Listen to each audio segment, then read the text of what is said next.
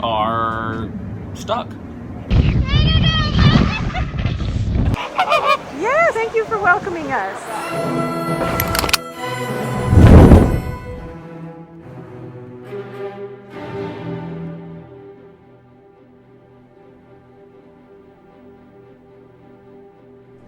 We are stuck and waiting for the Coast Guard to come pull us out of a very shallow area by the old, is this called Barcadera or something like that? The old customs. So, what's going on here? Captain's log, sea date March 10th. We spent the night tied up to a pier at the Duon. This is the Duon in Barcadera. You don't want to go to the customs and immigration in Barcadera. We arrived at night, mistakenly. It wasn't the plan, it just turned out that way. And it's very shallow here, so we got stuck in the sand. We had to wait for the Coast Guard to come get us out. And they had us tie up at the pier here because you can't be all cruising around until you're checked in. Yeah, it's really deceiving. You know, there's very large ships here, fishing vessels over here. And so as you're coming in and you see this huge pier, you're like, oh yeah, we've got this. But guess what? You see that little buoy there? That means don't go there. And we didn't. But as I was turning around to exit here, because I decided to go to Oranstad instead, there's also customs and immigration there. As we turned around, you know, with the Catamaran, we can turn almost on a dime. But in 25 knot winds, blowing us that way, we ended up in the sand and couldn't get out. That's how that worked out. And the tragic part is that our daughter Melissa and her husband Eric landed at 9 p.m. expecting to spend the night on the boat with us. And they wouldn't let them in here because there's 2 people coming in that need to check in on a boat, but then there's 2 that have already checked in. They don't want to deal with that. We had to put them up in a hotel room until we can sort out this mess. So we did have a difficult night on this dock line. Was rubbing on this black, tie down. And these tie downs are for giant ships, right? So it was rubbing on the bottom of this cast iron thing, and it was rough down there. And after about 2 hours, or 2 in the morning, slice, and we went drifting. Or the back, the tail end went flying out there. Ended up doing a little bit of damage to the front of our hull at the bow on the port side. Yeah, sucks. I don't know if you can see that. Maybe in the daytime we'll get a look at that. But yeah, port bow rubbing on concrete. Not good. So yeah, these tie downs are for these giant ships with big dock lines. I mean, our dock lines are like dental floss on these things. And then you throw in a rough edge and it just sliced it up. So I put this little very thick plastic cover thing on here so that our fix didn't slice the new line. Every one of those was like a blade slicing into the dock line. And eventually, it snapped. Yeah, and after that occurred, at like 2:30 in the morning, and neither one of us could sleep after that. We just want to get checked in, get to the Renaissance Marina, and then, I don't know, there might be a nap in order. So, it's 5:30 in the morning, the Duon opens at 6. And we'll get today started and hopefully back on track to having a good time in Aruba. So that's a fire, and that is the landfill. Burning the garbage. So here's pretty much what the place looks like. Yeah, on a chart plotter, it tells you, no, go there. But you've seen our chart plotter. I mean, we just went over that. You can't see it. You cannot read our chart plotter. And apparently there's like this little opening right here. The guy says, go out through there. I'm like, okay, no problem. And of course he's showing me this when it's pitch black. It's like, tomorrow when you can see, look on the other side of that amber flashing light and go through there. I'm like, okay. He did not want us going back through there, which is the way we came. Yeah, no go. All right, so it turns out this big blue ship here is something that was caught 4 miles out with drugs. So Aruba is deciding whether to sink her or sell her, or I don't know.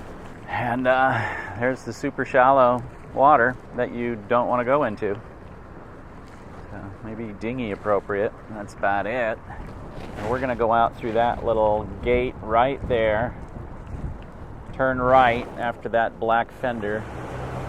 Renaissance Marina sailing yacht. Finally. Finally,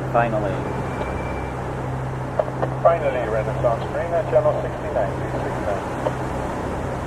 69, 10-4. Sailing yacht, finally. Yes, sir. Good morning. What can I do for you?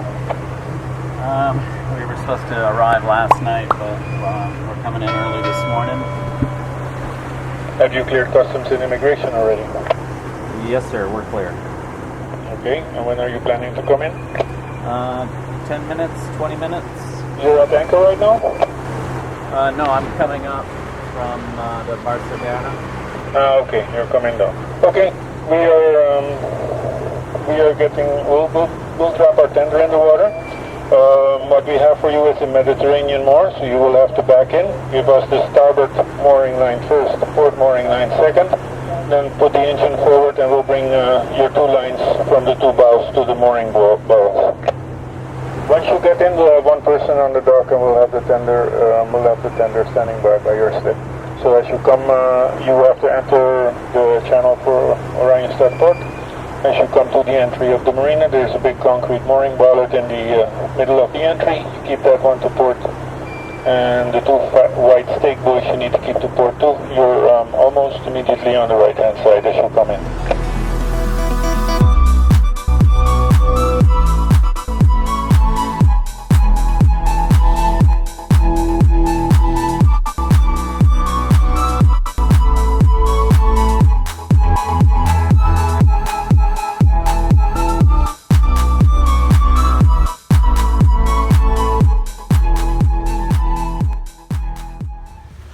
Who's here? Hello. And Bora, the queen bee, is making dinner for everybody. Yeah. Cooking a little sauce with some zucchini in it and some meat. Pasta. Gluten-free, as a matter of fact. That's right. And we also have Eric. Eric is hanging out here too. It's cooler out here. Definitely. Yeah, with the cooking going on, it's cooler out there. Our first morning in Aruba. Yesterday was super busy with getting checked in and getting to the marina, finding Melissa and Eric. And then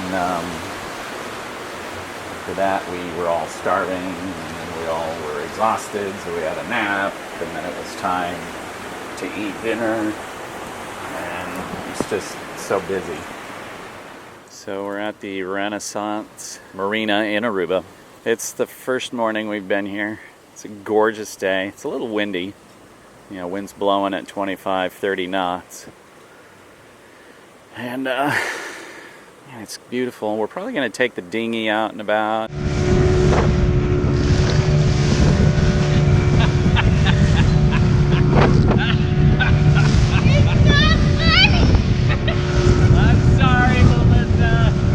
Think about that ride on the dinghy. It is pretty adventurous for sure. Are you wet? I'm soaked. I'm soaked too.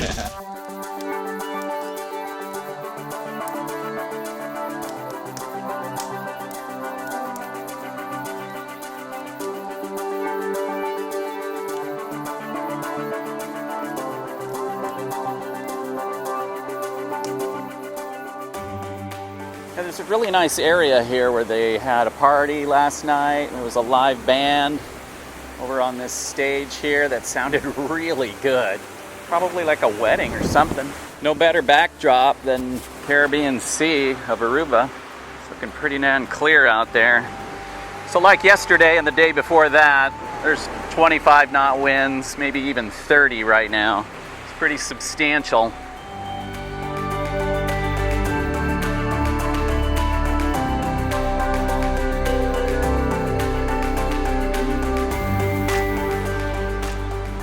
Hey buddy, how you doing?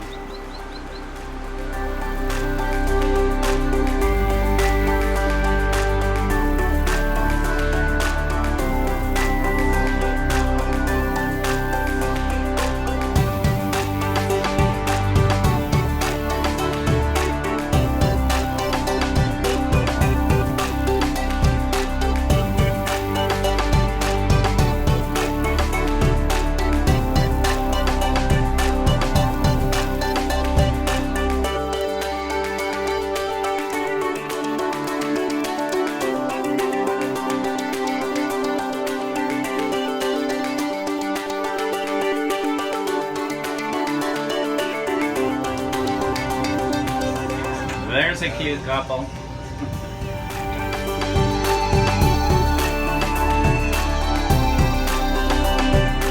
Oh, wow. He put on a performance for you. That's great.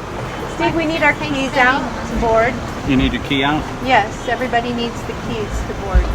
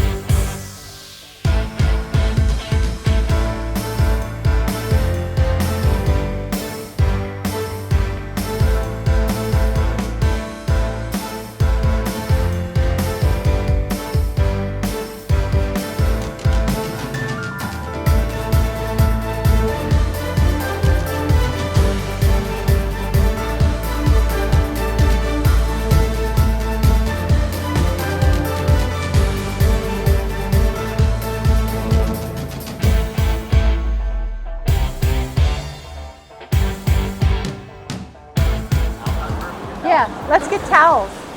Hello. Hi.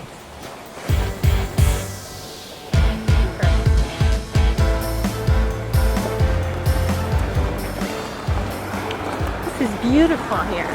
Absolutely beautiful. Oh, look, Melissa. Oh my God. I love it. Oh my God.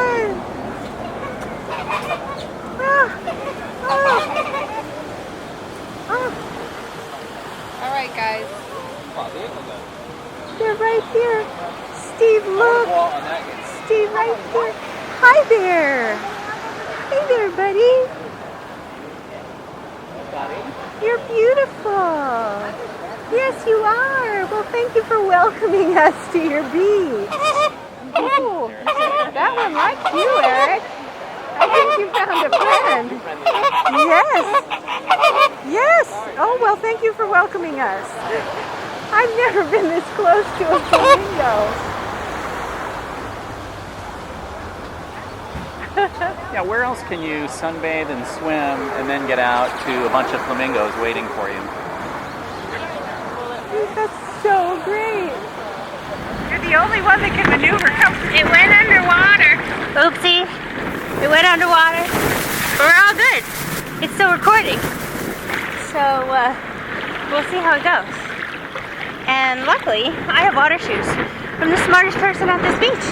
I can walk on this beach with no issues. Everybody else is going, ow, ow, poor me. But no, not me. I'm walking and strolling and doing my thing. Did it get wet? Yeah, but it's okay. Remarkable! Go have fun!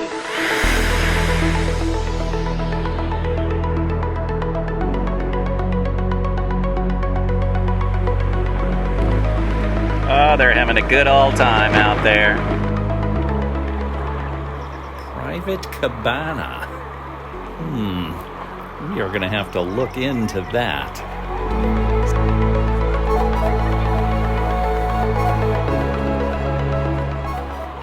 I've got a balashi brewed in Aruba, and everyone else is out on the water in their little floaty rafts, and the water comes pretty much right up to our chairs. Yeah, right up to our chairs. It's pretty cool. And now it's all pretty secluded here. This is the Renaissance private island. Where else can you swim? Lay out on the beach and have pink flamingos ready to greet you when you get out.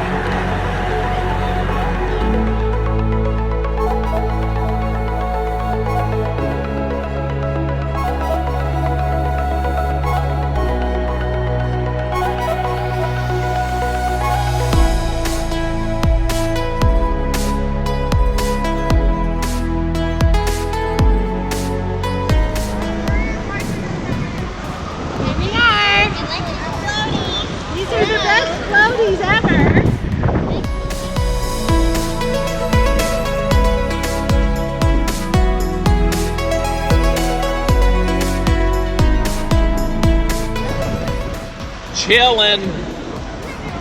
Like a villain, minding my business.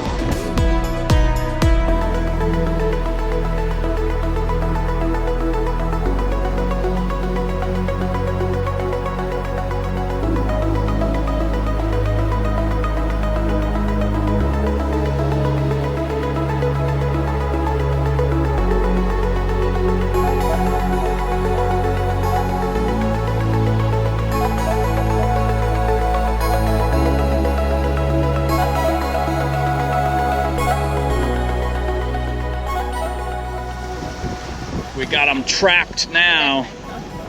You're trapped. How about the size of that anchor, eh? Should we put that aboard finally?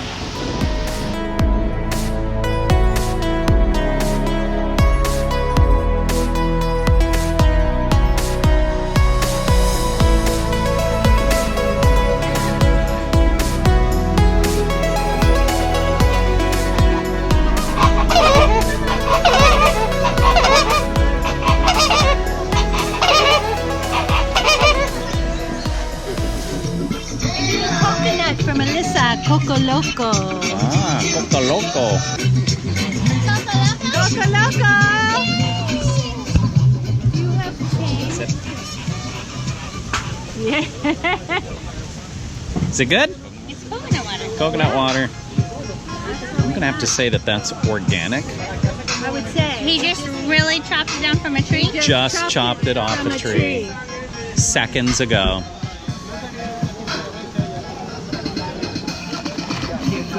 That is one green coconut. No, it's brown. Oh, I want that. Hammocks over the water. It was so much fun today at the beach with the flamingos. The weather was beautiful. The water was wonderful. I just love traveling with my daughter and her husband. They are the best vacation partners. Back on the boat, we cleaned up, relaxed for a little bit.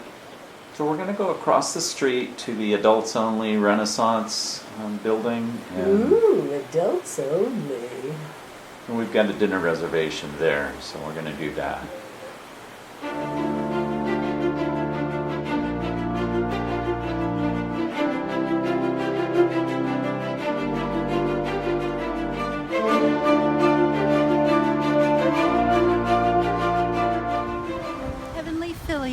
Faustina. Same thing? No, this is the bulky mare, the lucky mare Bonifacia. Trustworthy, honest, and responsible. She has the tendency to sacrifice her needs for those of others. Steve and I are at the adults-only pool of the Renaissance Hotel. Quite nice. I'm very excited about our upcoming reservations for a cabana at the Flamingo Beach. It's going to be so fun.